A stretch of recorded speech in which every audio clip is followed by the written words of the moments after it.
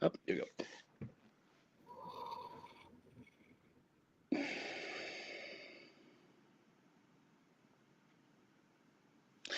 Hey there, welcome back to Dynamic Duo. My name is Chase and this is Annie. We have Joy Cioci joining us live today. Hope everybody's been doing well. Annie. Hi, everyone. How are you today? I'm back. Finally. Yeah, I missed you guys last week. We have a really old friend of mine, Joy joining us today, and I believe she's here in the chat. Just She don't. is she's here. I'm adding her to the stage now. Can you hear me? We can hear you. Hello, Joyce. Hi, Guy. How are you? I'm well. Joy, this is Chase, and there's Joaquin also joining us too, but I think he may be leaving in a second. Hi. Nice to meet you guys. But these are my fellow astrologers. Nice to meet you. Nice to meet you as well. All right, so I'll talk a little bit about Joy because she's a very, very dear friend of mine, and I'm so excited to have her on as our first guest. I think I met Joy about 20 years ago when we were fashion assistant babies, like just newly in the industry. And she went to FIT, and then she started her own private label here in New York City at a very young age. And I was a part of that initial launch of her brand at the time. And since then, she's dressed in. And we were discussing earlier this week how many women she's dressed in. We're like pretty much everyone, but some notable names are like Meghan Markle, Chrissy Teigen, Serena Williams. She was commissioned to create a dress for Michelle Obama for the inauguration. And I mean, I really can't, tell you everyone, but like she's done a lot of wonderful things and dressed amazing women and created beautiful, beautiful collections. And I don't know if you want to add anything else to that, Joy. I mean, there's such a long path to get to where that was, but that's pretty much the gist of it. But I've worked with a lot of very talented women within the film and entertainment industry and political, and just women of note within society. And at the end of the day, no matter who I'm dressing, if I'm making the woman feel beautiful, I feel like I'm doing my job. So nice. Are you supposed to see me or not see me? Because I don't. I can see you. Oh, we see you. Okay, you guys see me. I don't see me. You don't see you? We can see you. Okay. Yeah. So we're gonna start looking into your chart now to see how like this design, this creativity, all this like beauty and transformation translates into your chart. And we have your chart up.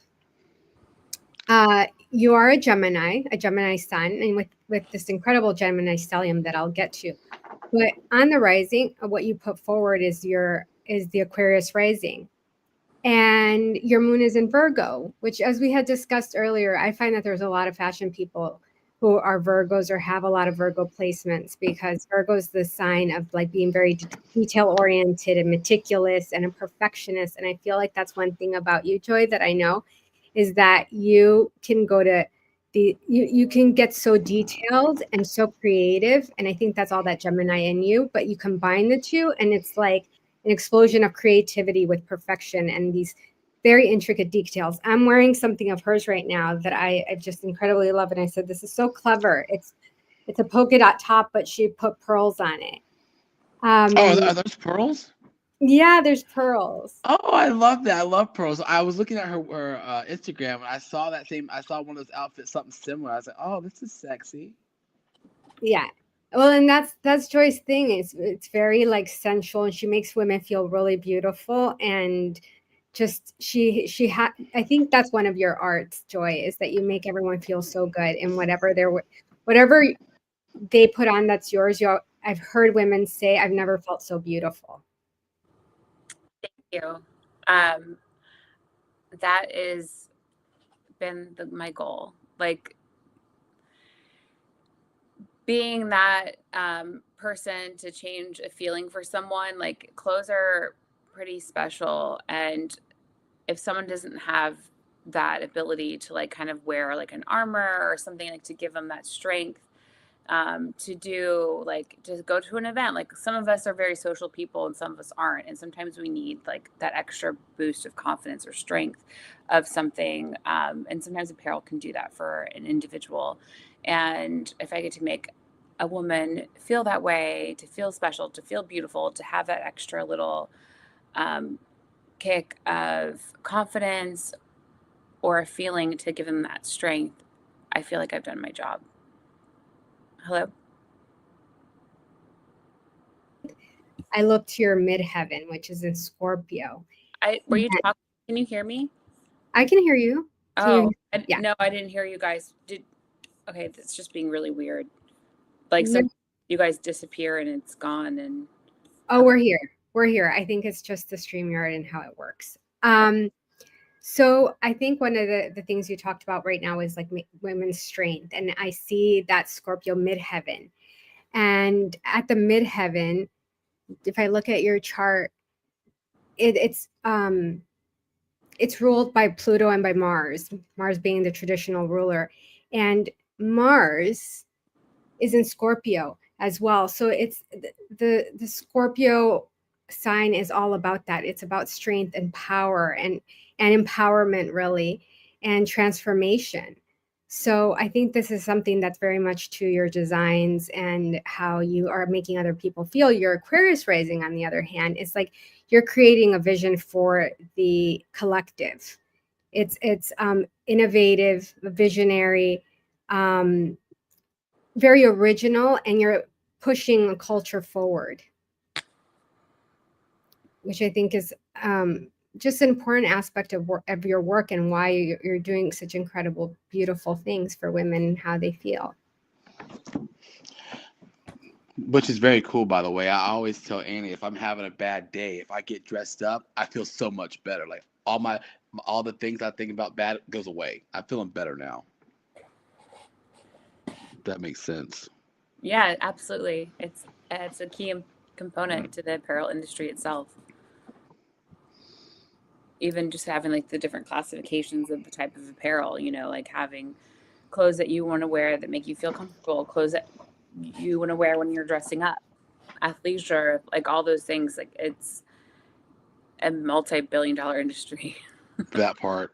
I used to dress women on the side in a boutique, and I would always tell them, it's not what you wear, it's how you wear and how you feel in it. If you feel like you're $1 million, that's what everybody else is going to see when you walk in the room. It's all about how you feel. Yeah, and that's also another interesting fact of like going back to Annie, is something she told me years ago. She always thinks that like if the event dress is like really fancy, or like the way to stand out is to be like that juxtapo, like just be like the opposite of what's happening, or if it's like super casual, dress up so you can stand out, like that kind of like teetering on the edge of like the daring side of like rebelling against what everyone else is doing. That's an Aquarius thing for sure. So it was Kate Moss who said it. Kate Moss said, who's a total style icon, and Kate Moss said, if everyone in the room is dressed up, wear jeans, and if everyone is dressed down, go there in a gown, like you're really going to stand out. And I love how you said that about being rebellious, because it's part of that Aquarius rising. There's a little bit of a rebel. And on top of that, you have your sun Venus conjunction, which, by the way, makes you like super charismatic and loving, and just like people are really attracted to you, is in opposition to Uranus, and Aquarius rules Uranus. So you already have this like mutual reception, like this play with each other. You're rebellious, but like on your conditions, on your standards, like you say how it goes. And I think it's really interesting how you talked about this rebellion in fashion, because it really plays into the chart here. And I love that you remembered that I talked about that Kate Moss. I don't know, it was like a style advice she gave at some point. Yeah, of course. I always remember a lot of things that you say. We've done a lot of work together. We have. And, the other day you reminded me about something about when you made that collection that was like under the sea. Oh yeah. And it was inspired by your father. And I, I'm old. I have like total brain fart. I was like, oh my God, like you took me back to a time of like there was so much creativity and we were doing this really fun stuff. And you actually inspired another brand. You created like a whole other like an inspiration, and they used it for, like you said, for many campaigns. She took jewelry and put it on a bodice and from a jewelry brand.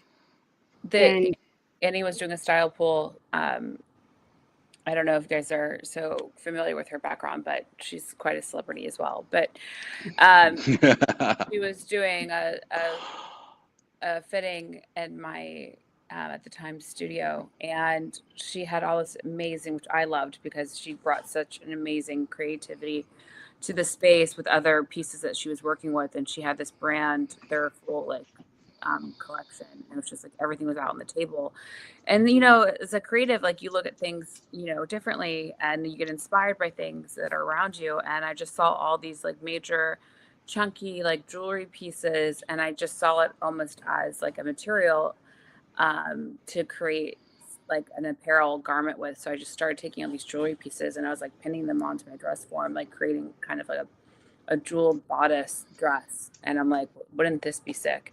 And then the designers at the time, like I also was friends with them. So I sent them a picture of this, and I guess that kind of just changed their direction of how they showed their collection and brand for several years to come. And now they actually have like a clothing brand themselves beyond just jewelry.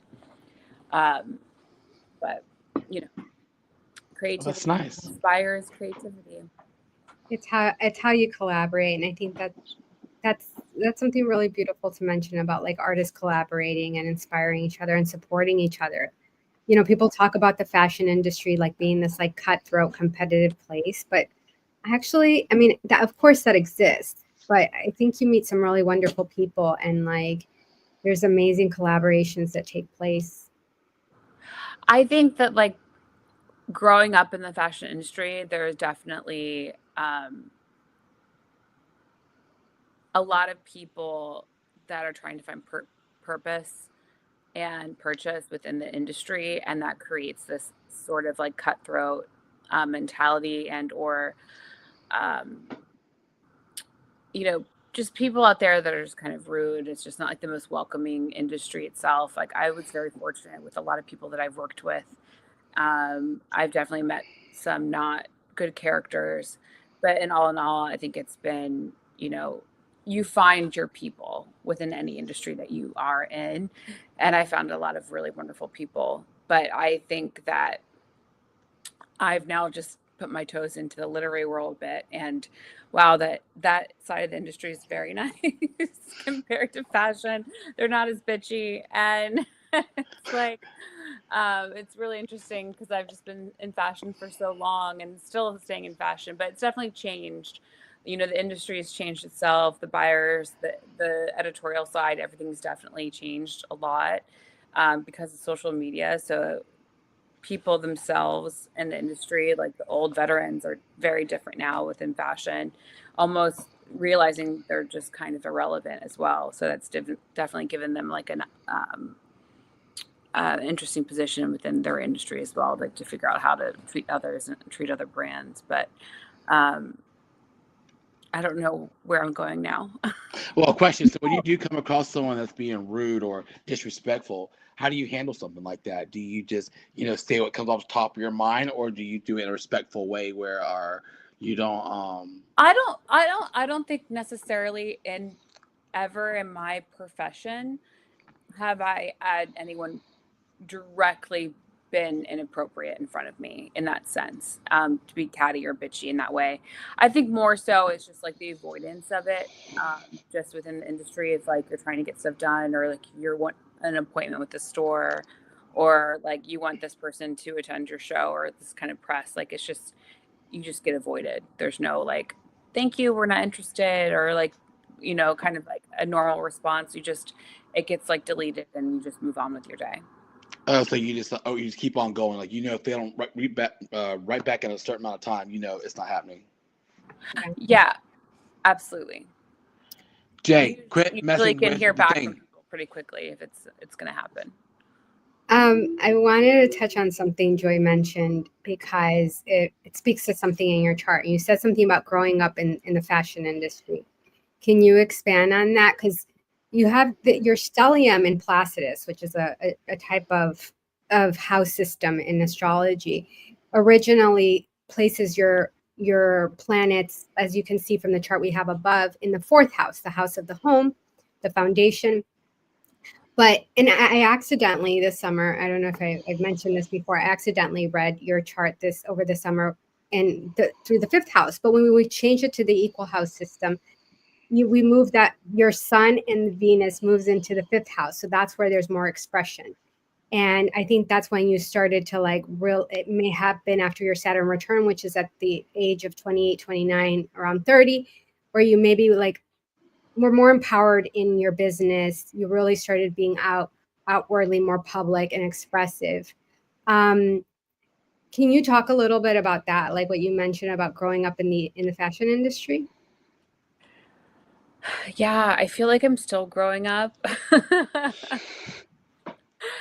But yeah, no, I definitely, I moved to New York for college when I was 18, and I still kind of was like, I still felt like I was a kid, but like an adult, but in a way, like in a sense, what I mean, like growing, it's like you start at the beginning in your career. And so like, I still kind of feel like I'm in the beginning or midway in my career, my experience, where I see myself, but I was learning and growing with other people at that same time as their life as well. So it's like I didn't feel alone in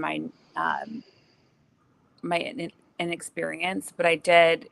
I was thrown in to like every job that I did, and it was kind of like a sink or swim. So I really had to like learn fast on the job and get it, and that's how you kind of survived in the fashion industry. Like you either got it or you didn't.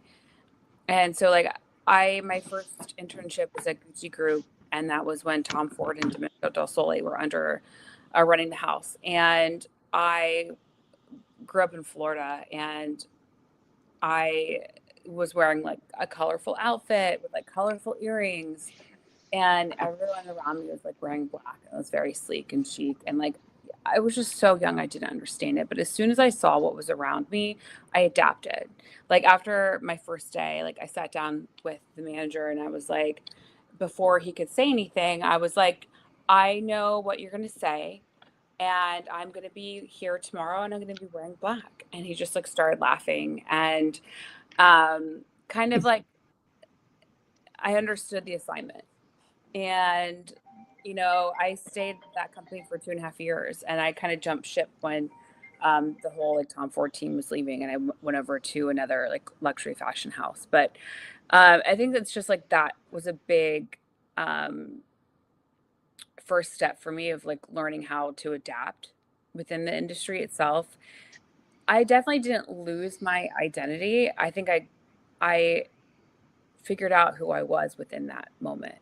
Like realizing what I gravitated towards, like what I liked, what my eye as a designer and as an artist wanted to become, and what I wanted to surround myself with. Wow. So like growing up in the industry, it's like you kind of, and when I say that, like I was like learning who I was with being within the industry, like just getting that experience firsthand, and it helps cultivate who I am as a designer and an artist. Now that you have that experience, do you feel like you need to adapt to what everybody else is doing in the process, or do you do your own thing?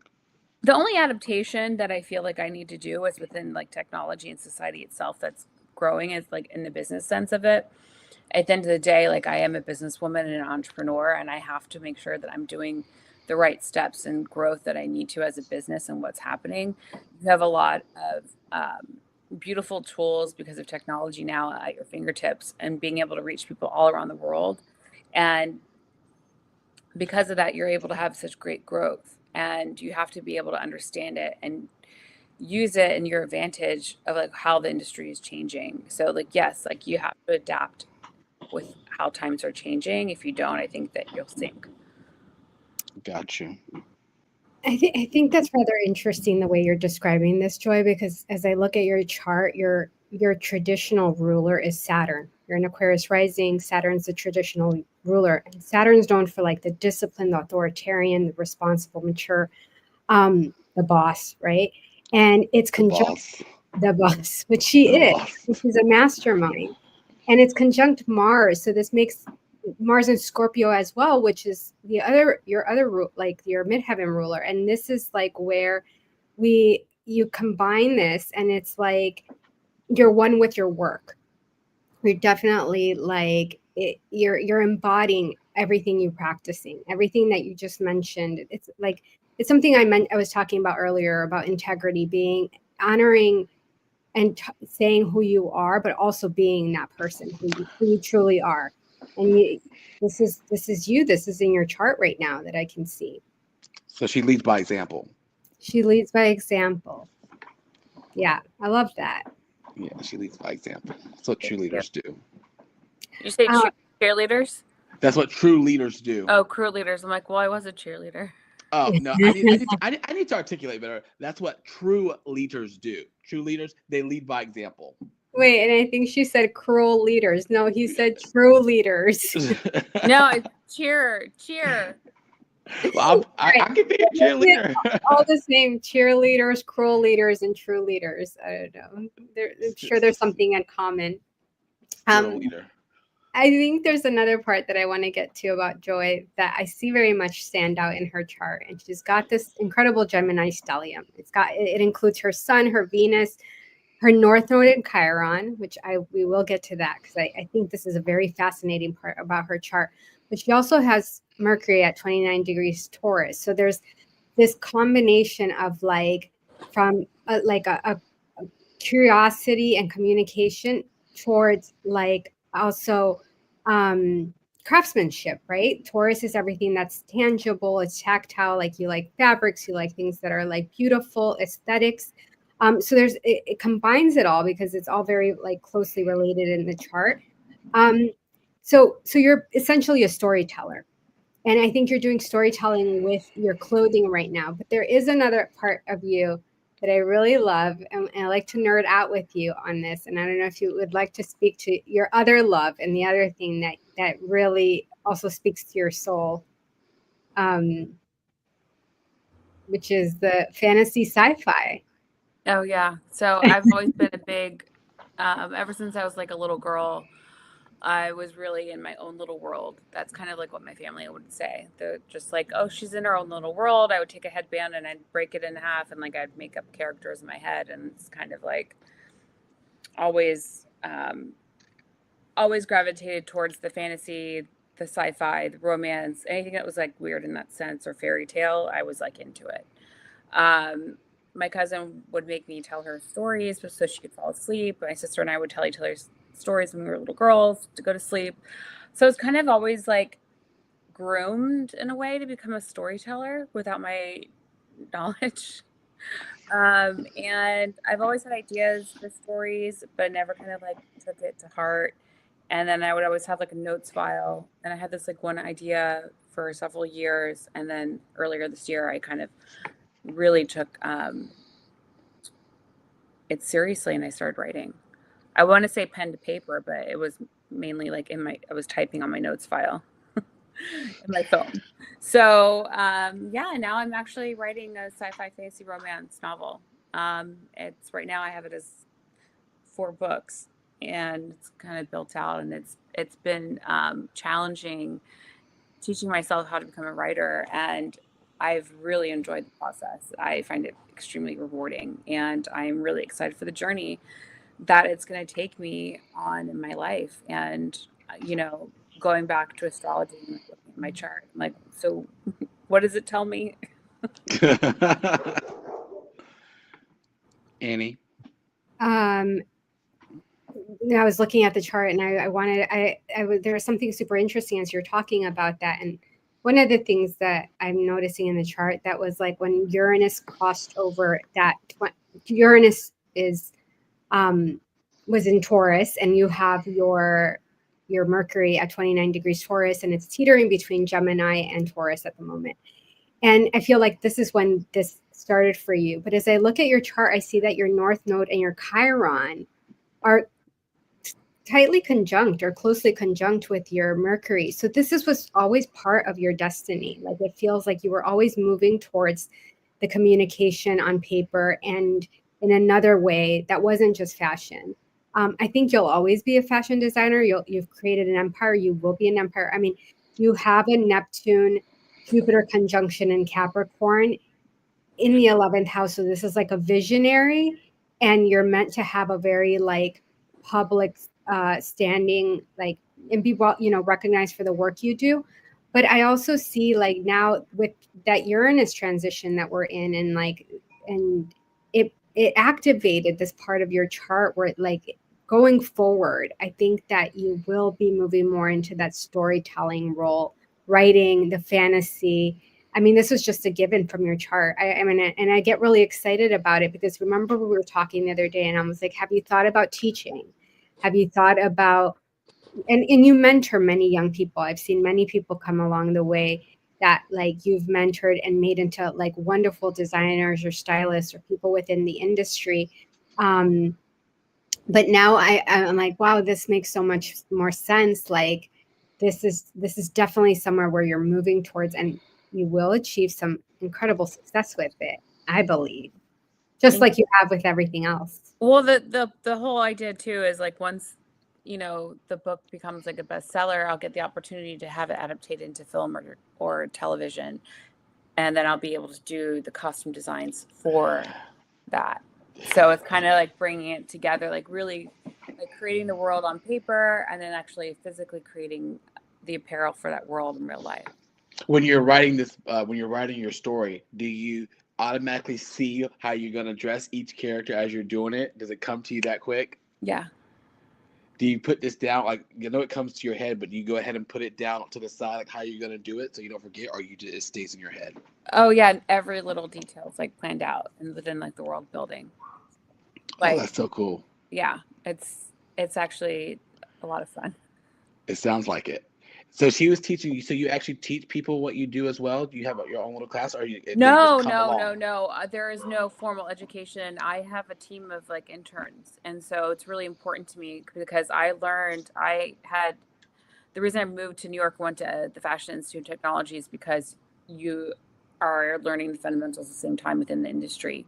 And I was able to get like a creative director position right out of school because I had 4 years experience of interning.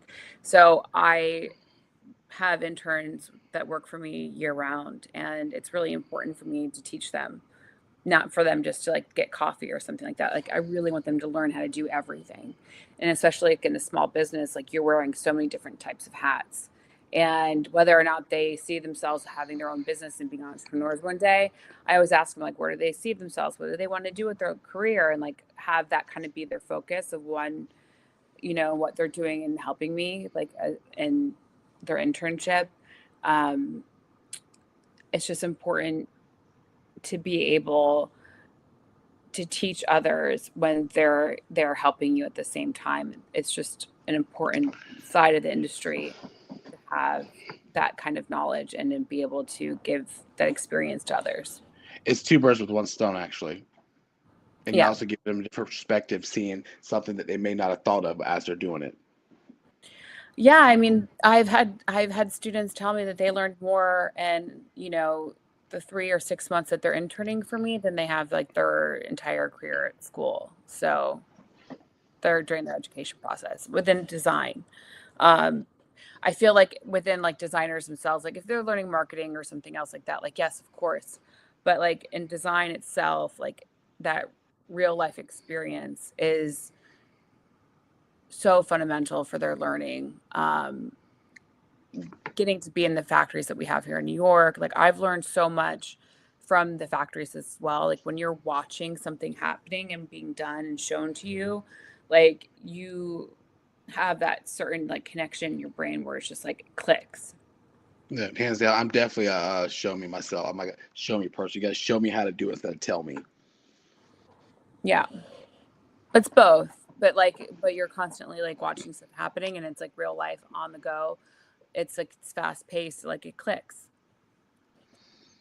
That's nice. Annie was talking about Gemini and Aquarius. I always tend to gravitate towards Geminis, and I swear every Gemini I know, they can make something look picture perfect when they're doing it. Like they'll see it like a mess, but time they're done, it looks like something right out of a magazine. I love that. That's Joy. I mean, talk about making I something. am definitely in my head a lot, and sometimes it's hard to articulate like what I envision to happen. And when you're like working with a team of people and like you have to share what's going on beyond. So sometimes it's so frustrating because you're just like, you don't understand what's happening. Like, why can't you see inside my brain right now? So then you have to like really kind of pull yourself out of that box and kind of explain, or they can just be patient and like wait for you to get to that point. You know, Annie styled my shows for me, and I would have like, you know, hundreds of pieces of clothes and sketches of putting everything together. And, you know, her job was to interpret what I was doing and bring it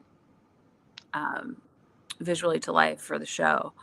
And sometimes she'll be like, okay, this and this. And then I'm like, oh, no, but I have 20 other pieces coming from the factory right now. So, and she's like, great. So all the work I just did was there was no point. So and I'm like, no, we're good. I'm sorry. It's just, you know, like things happen really quickly. Leo's got the touch of Midas as well. A touch of Midas? The touch of gold. Wow, we do. I know. And I see that my son is actually on Joy's descendant. So there was a partnership we had. Like now I'm like, oh, I've been looking at your chart and like totally focused on just really analyzing until now I'm looking at our synastry.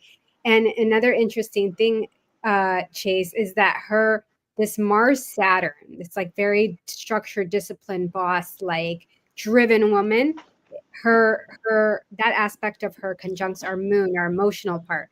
So I was just looking at it, I'm like, this could be rather either we take her and she's intimidating and maybe like unpleasant towards us, or we could see her as someone with like ambition, like look up to her, a leader. That's what I see. I think it's amazing. I'm like, oh, I can learn something from this woman. She knows what she's doing.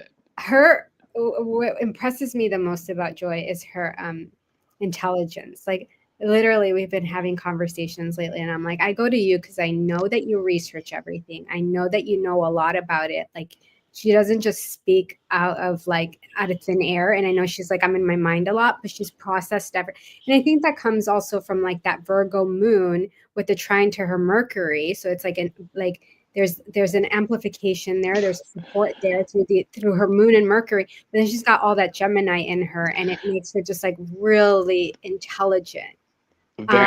Both sides are very intelligent. Both sides overthink a lot too, but that overthink is actually to their power for the times 100 for the best. Because not only they're overthinking, but they're thinking of everything that could go wrong and everything can go right at the same time, and they make it right somehow, some way after they get out of their head. But they make it happen. I've also seen, like I said, I've seen her thought process, and there are some things, and I'm not going to mention because it's in the work, like something she's working on right now. And I'm like, how does she even keep it together? There's this board that I'm seeing, and I'm like, and it's got all the process of it. And I'm like, how do you keep this all together? I mean, also like collections and like creating collections, dressing women, you're styling women as well. And men, she's people in general. Right now, she's taken this to another level. And then you also are working on these other projects, these almost different worlds, completely different worlds. Maybe my Gemini, the duality is that I'm able to juggle all these different. Well, yes, the Gemini, you're able to multitask, which I think because if they don't, they get bored very easily. You have to keep a Gemini's attention, because if you don't, they're on to the next. Like it doesn't. You got to keep them going, keep them coming. Am I wrong? That is very true. I can't sit still. I mean, like that was kind of the, weird. Like I got into a car accident in Miami in an Uber on New Year's Day, and it kind of put me on my back. and I've been healing through that. But I had to sit still and like lay down, and I'm like, I can't like not like, I'm used to like go, go, go, go, like get stuff done. Like I'm working 24/7. Like I can't sit still. Like I I love what I do. So like working for me isn't so taxing. And like if I'm creating like a beautiful garment, like I'm I'm happy working till like X amount of time at night on that project. Um and when I had to like lay down and like because my back is bad, I'm like, what am I gonna do? And that's kind of what forced me to write, because I was like my brain couldn't sit still. So that was, I'm like, what can I do on laying down? I'm like, I can write. And that's kind of how this like whole world building like really pushed me to like make that come to fruition. So something I something that was like bad that happened to me maybe became the birth of something like really exciting for my life to come. And Was I see quickly, I have to throw that in because as you talk about this accident and laying on your back, and then like that's when the book came together. I'm like, oh, that was that was Uranus over your Mercury, conjunct your Chiron. So it was a time of like, it was a time that you was given to you almost like an opportunity for you to explore this other part of yourself, which I think is really incredible and fascinating how like astrology can be so literal sometimes because it was the way it happened and it opened up doors for you. it happened because it was supposed to, more or Yeah. less. Everything happens. It's not by accident. It happens because it's supposed to. We don't meet people by accident. Everything we go through happens because it makes us a stronger person. It makes stuff makes us do what we're supposed to do. Because sometimes, like you said, when you're so busy, you can't just sit down and think about you want to do this. Something has to happen for you to do it. That's accurate to the T. Yeah. Another thing is, what was I gonna say? When you're making your collections, when they come out of thin air, do you just start jotting them down, doing it, or does something does it just come to you out of the thin air, or it's something you've had on the sideline you want to make come true or make happen? There's different processes that I have within designing and that creativity.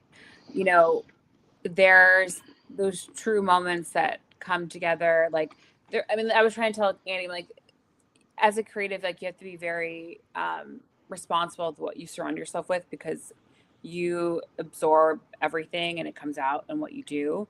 But like it could be raining and like the raindrops falling on the window could inspire me. I could be some of my favorite moments of like coming up with ideas is like when I'm trying to get dressed myself to go out, and like I don't like anything in my closet, and it's like, what do I want to wear? And like those ideas that pop into my head are some of my best concepts.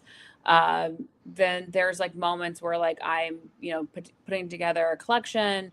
I'll have a conceptual idea, I'll have trends, like there's multiple key ingredients to like creating that. And then when you have to sit down and sketch everything, like there's the pure moments of like the creative ideas, then there's the merchandising pieces, and there's like the quintessential like trend driven pieces to have the relevancy, what's happening within the market and the industry. Then you have your pieces that like co-align back into to merchandising that are based on price point of what you have to fill in for the market for your average like consumer. And then just knowing and thinking of like who your customer and girl is, and like designing for her in particular in mind. Um, when I say girl, I mean woman. We get you. We get you. You don't have to. We got you. So there's lots of different like aspects of it, but there's a lot of fun times when I'm doing like custom pieces for clients or bridal. I'm directly designing for that customer in mind, and it's so fun just to be able to make something just geared directly towards them after having a conversation what their needs and desires are. It's an original. Mm-hmm. That's what's best about it. No one else has it. Yeah. Annie, you're thinking about something. What does it tell us? I guess in talking about, your collections, your storytelling, your writing, your interest in sci-fi and fantasy, with I'm curious to know what the end mission for you is. Like what's like, is there what do you see ultimately? I know you mentioned the book turning into a movie. But I'd like to. Did she say that? Because I was in my head, I'm picturing a show. Did you say movie? Yeah, an adaptation for film or television. I mean, I think like in my head, like when I was a little girl, like watching Fifth Element and like Jean-Paul Gaultier did the costumes for that, it's gonna be kind of hard to get that out of my head. Like I want to do a film, and like I will do a film. Not I want to. I'm gonna manifest it. Yeah, talk it into existence. Yeah, and if it's also a TV show, that's also great too. It's like it's just really kind of exciting just to think that I have the opportunity to create a world that also can help people escape and like find joy and happiness within. So, I mean, I want it to become a film. I'd love then to get nominated for best costume and win an Oscar and like kind of start checking on those things off my bucket list. Um, I Wow. I think Edith Head was always like a really interesting inspiration. I think that Colleen Atwood's really great as well within the industry. She's like a stylist and designer. Um, you know, there's so many talented people within the film industry itself. It's a whole new world for me that I'm really not that familiar with, but I'm so eager to absorb and experience. And I think that I'm getting the cart before the horse a bit, but I'm just really enjoying the world building. It's just another way for me to express my creativity. It's baby steps to the big steps, but don't ever that one right there. Don't overthink that one because no one's gonna do it the way you do it. Remember that. Like you're gonna do it best because it's in your head already. Oh, she knows that. What was that, Annie? I said, oh, she knows that. Oh, I'm just stroking the ego for her. Wrong, Leo. No, but she No. and her chart speaks to it. Like she's got this incredible Neptune conjunct Jupiter in Capricorn. Like she's gonna build. She's a visionary. She's building that vision. And I know her, and I know what she's manifested. Like I said, I met her when we were like baby. We look at pictures now and we laugh because we were babies. We were like newly God bless there was not social media back then. She had bangs. I feel so bad for She the had kids bangs with hair. No, but y'all are both so beautiful, and I'm not a yes man, but I'm. Oh no, but we were like also in fashion, and I was like, what was I thinking? Like what? You're thinking that it looks good, and you're gonna rock it. That's what you were thinking. Personal style is no reflection of what my creative like work is. Well, it was before the Saturn return, which we talked about that. Like when you after your Saturn return, which is your late 20s, and I had mentioned we shifted the chart. We used the Placidus before, which was like this was like a much more internal. You were maybe more focused on the foundation at like building your brand, and then went after the Saturn return, and we used the equal house system, which is something that is like. Well, it's a different system that puts all the planets in, or all the houses at 30 degrees, and that's when it moves into the fifth house, and that's when you were more self-expressive. I think that's when you came more into your own. I really saw you develop into like really like define your style at that point too. Yeah, I mean, don't you feel like we're kind of always constantly developing our identity? Yeah. Yeah, and you've got this Pluto in Libra at 29 degrees and it's actually retrograde. So I feel like it's like revolving. We're constantly in this transformation in a sense of our style. Like Sorry, go ahead, Annie. No. I'm just gonna say it doesn't stay the same. I feel like it changes every 10 years. Yeah, but I'm just like also thinking like as a woman, like, oh, I love my next chapter of my style to be like, a baby. A baby. And like what that style looks like or something, you know what I mean? It's like I think that there's just so many different ways to like understand your body and like what your needs are and like how you want to dress and like what's important to you.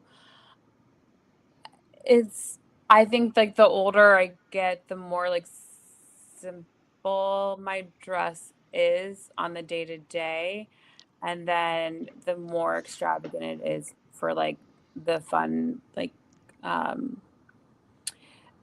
weddings or events driven like apparel. Like I guess like I'm always trying to like do something I haven't worn yet. So it's like want to be more daring or more fun or sexy and that kind of feeling. Well, Spice it up a notch. and we see that again. I'm going to mention that Scorpio Midheaven, which is about the sexiness and the transformation, because it's ruled by Pluto. But also, you've got this like mutual reception between your Sun and Uranus. Like there's an opposition. Your Sun, Venus, and your Uranus are in opposition. Plus, you have the Aquarius rising, which the modern ruler is Uranus. So all your planets, or these planets, seem to play into each other. Like they're all supporting each other. They're all like giving you kind of this energy that would be that transformative, innovative energy, and bringing in the sex appeal, I think. It doesn't take much for her or you. I'm scared. That's that Mars Saturn scaring you on your moon. We're scary? No, when I say scary, it's like, oh, they're so beautiful. It's like, oh, God knows. Like, that's how pretty you are. Oh, Scary in a good way. Not that's a bad very way. kind. Thank you. Most You're days I am. You're gonna turn Chase straight. That's gonna take a lot. That's gonna take a I lot. don't know. I've never done that. I feel like I've turned them gay. Honey, you are in the wrong city. Oh, there's a lot of New York. I don't know what you're talking about. Well, no, I know. It's just New York. We have a lot of that. Every different block's a different area code. I'm sorry. Dating in the city is that will be maybe a whole other episode. And, Joy can come on as a guest with many other women who've had and we could talk about the transits and the astrology that. Right, but the dating in New York is like, is it really dating? I don't know I don't even know if you would call it dating. I mean, I've talking. almost wanted to take like an internal like hiatus from dating in Manhattan. I mean, it's hard out there. Right? Does it does it even last long? I don't know. I don't know. I'm 41 and still single, so. Oh, I'll be 40 soon. Gemini's data. What I know for a fact I know a lot about Geminis and Leos, but what I know for sure is they just won't get with anybody. Well, when I say they won't just date anybody, they have to really like you. They have to know for sure the outcome in their head. Correct me if I'm wrong, but if not, they'll talk to you. They'll do whatever, because there's some freak in the sheets. There's some animals. Wow. But when it comes to dating long term, it ain't happening. You better be like, check every freaking box, because if you can't, it's not happening. It's true. I know what I'm talking about. I've had some experience. I was looking at a little bit at both of your charts, and I was combining them because you have the Chase is also an Aquarius rising, and you're an Aquarius rising, so you both have that in common.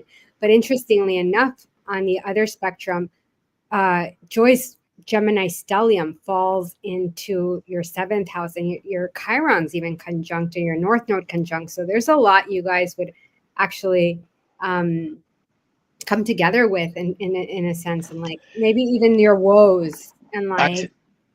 Gemini girls for me, I'm not even joking. One of my best friends for over 20 years, she was a Gemini. Literally, I'm not even joking. I always get along with them. It's like if they would be just like the perfect guy, would be a match. But they're women, so what can I say? But for friendship, it's like best friends. Like it's like we can just read each other's minds, not have to say nothing. Oh, that's so sweet. Well, air signs, right? Geminis attract other Geminis though as well. Like I haven't gone through. It doesn't work out though. Oh, when it comes to dating, Gemini and Gemini. No, friends, like friends. Yeah, I've tried to date them. It don't work. I know a few Geminis have tried that, and I told them. No, we're meant to. The attraction there is like is camaraderie. It's definitely friendship. Like Yeah. I bet the attraction there would be very intellectual, right? Like you guys would probably be able to talk a lot, but then I don't know if there'd be any commitment. There would be nothing that would join you guys really at the end of the day. Just the friendship, like having a good time, but like, yeah, no, not the real substance. Like I'm like a sapiosexual. Like I need someone intelligent to like spark my interest and to keep me. Keep it there, because it's gonna walk away very fast. Yeah, I constantly have to be like learning from them, intrigued, and it's if that's not happening, it's like Nothing's happening. We're done. yeah. Oh, Even if they're really hot, I just can't do it. I've tried. I'm like, oh no, it don't work. it doesn't work. You guys would humor each other. I mean, you would have that in common too. I think they say all air signs get along quite well together. Oh, for sure. They do. I think we do. I think we get along best with our own elements. I find that like I'm surrounded by Leos and other fire signs. When it comes to my birthday, I'm celebrating my birthday, my best friend's birthday, my other best friend's birthday. Like I have that kind of thing. And then Sagittarius. Oh, I dated a Leo. I liked the Leo a lot. I like the Leos too. I love the Leos in the bedroom. They're like, it's my Tarzan. Wow. But I'm not one for stroking egos all the time. It's just not happening. Stroke your own ego. Well, the Leo actually falls on your descendant on your 7th house. So that would make a lot of sense because someone's son would essentially be in your 7th house. And I love Leos. It's like, you know what I mean? Like we complement each other so well. But when it comes to striking the ego, I'm like, boo, you can have all the attention you want. I'll sit in the background, do your thing. But I'm not stroking it. What's your sign? Aquarius. Aquarius. And I think my Sag is my moon, my rising Sag, and my moon is Scorpio. But when it comes to, I love my air signs. Like I get along with Geminis quite well, and Libras. And I love my Leo women, but the guys, this doesn't work. I try. What do you think the best sign is for me to be dating? Gemini's, Aquarius. A Gemini and Aquarius, I've done the research on it. They say it's almost like 98%. But you have to get one that's on your mental level. Because if you don't get one that's on your mental level, it's not going to work out. Because 9 out of 10, I always say, daddy daycare is closed. I don't have time to train nobody. So I don't want to. I want someone, like you say, I want to learn from someone where we can learn together. If we don't know it, we learn together. And I feel like when you're learning with someone and you're with someone like that, you get to go to the next chapter, multiple chapters together, because you're having progress, you're having growth. Because without the growth, you can't continue. Yeah, I like the daddy daycare is closed. Yeah, daddy daycare is closed. This shit ain't happening. I'm sorry, Charlie. Now, I'm all about us building an empire together. I'm not trying to raise no babies or, how do I say this properly? I'm not trying you said it. Well, yeah, I don't want them to tear the damn empire down. So something I would say to someone when people always ask me this, like especially with sun signs, they're like, "Oh, is that sun sign good for me?" I'm like, "Well, you got to look at the whole chart, really." Right. So I would focus on the whole chart. But I did listen to this podcast recently about the guy who's doing like astrology matchmaking on one of those shows, like Love is Blind or one of those. Like they're actually pairing them by astrology. So he did mention. He's like, I have to be really quick and I have to be fast. And he had 4 things. And I remember one of them he talked about, well, he obviously talked about elements being like, like other of the same elements, which we already touched on. But one thing that I found really oppositions, which you and I have, Chase, which will be like, okay, so Joy, for you, would be a Sagittarius. A Sagittarius would be really good for you. I dated a Sagittarius several. And he talked about also seasons, which I had never heard of. But no, this is really cute because it's like who's good for you, for example, and like a Leo would be like a Cancer or a Virgo.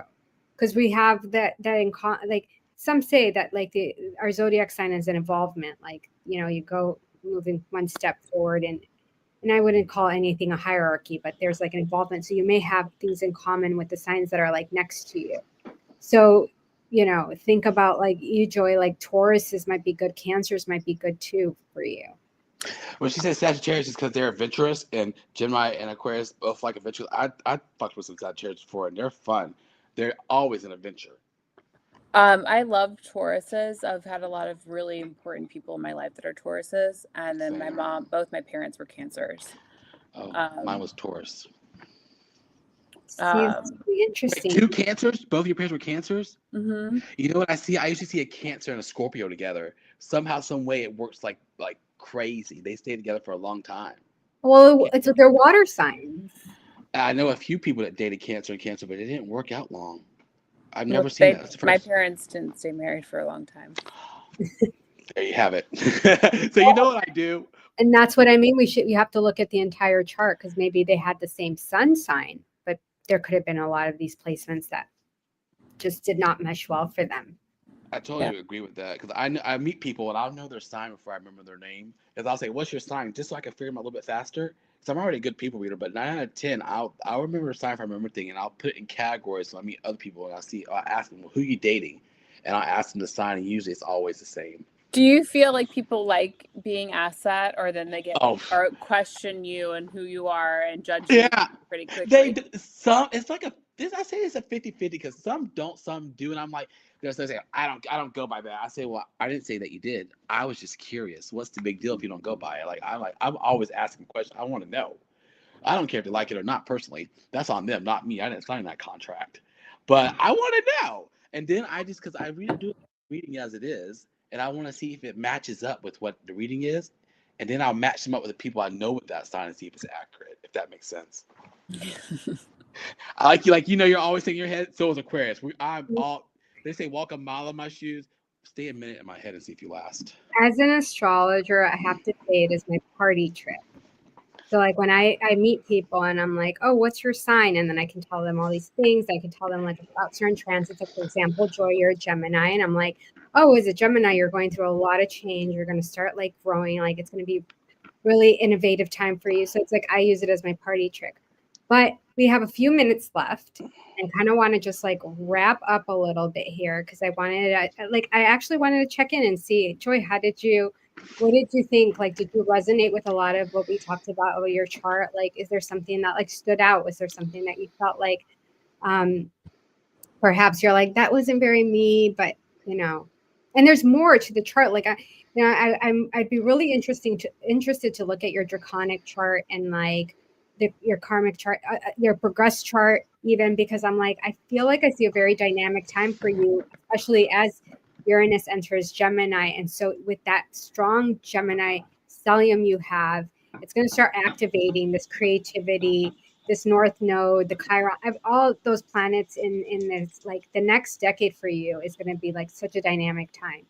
So I feel like I'm still absorbing everything that you were saying and like kind of like gathering in these like pebbles of like information and just trying to like internalize it.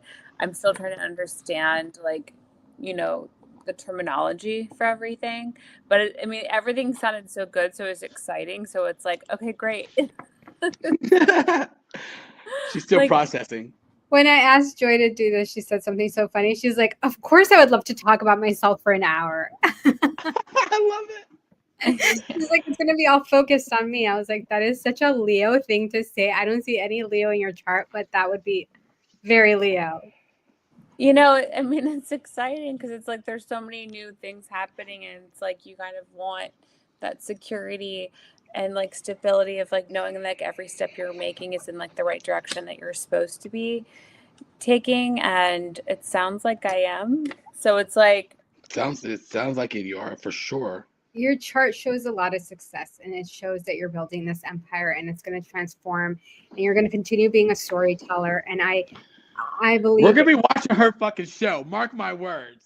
well, you're going to be reading my book first, then watching The book's always better than the show anyway, if you ask me. Yeah, the book is always better. I'm definitely reading it. I'm really, I'm definitely looking forward to that. And if anyone wants to see more of Joy's work, her website is Joy Cioci, www.joycioci, so JoyCioci.com. And you could see the rest of her beautiful, incredibly beautiful collection on there. And her Instagram has all her work too. And oh no. Thank you. I guess that's it. Yeah. It's nice meeting you. Nice to meet you too. All right. Thank you so much for doing this, Joy. Yeah, thank you guys. It was so much Thank fun. you. I appreciate it. Okay. Yeah, it was lots of fun. I guess we're about to cut off here in a minute. Annie, I'll call you when we're done. Nice meeting you, Joyce. Bye, guys. She has an appointment at Bergdorf, so she has to run. Right. Oh, gotta wait. sounds like fun. Bye, guys. Bye-bye. Bye. All right, bye, Annie. All right. Bye. I'll see you soon. Okay. See you next week. Okay.